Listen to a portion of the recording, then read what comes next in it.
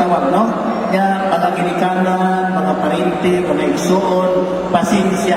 Last time ninyo rin ang pagos. Limuna ninyo ang drugs karon sa panahon. Sultihan tamo.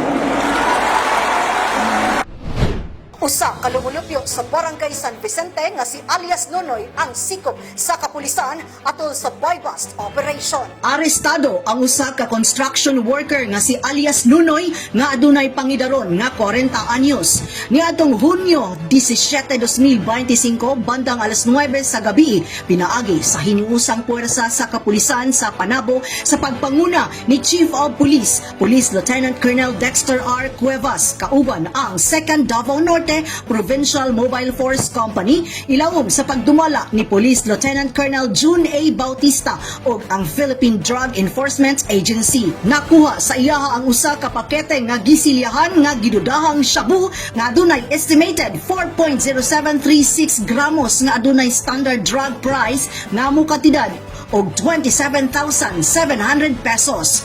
Usa ka tinuod nga 500 peso bill nga adunay serial number AH9538277 nga iyang gidawat sa nagpakaaron ingnon nga buyer pusher ug usa ka 45 caliber pistol ug adunay 5 kabuhing bala. Atol sa maong interview sa sospetsado, gilimod kini nga wala siya na maligya og shabu ug aduna lang siya gikuptan nga baril alang sa iyang proteksyon.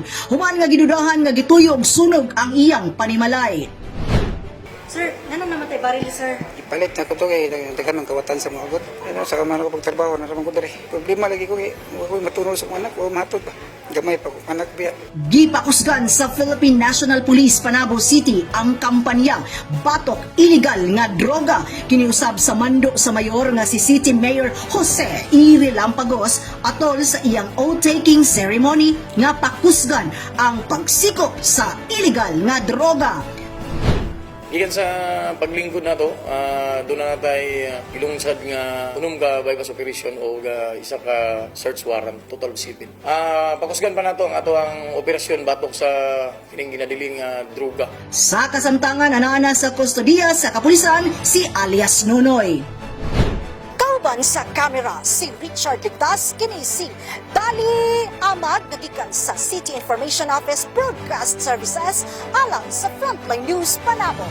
Importante, informed.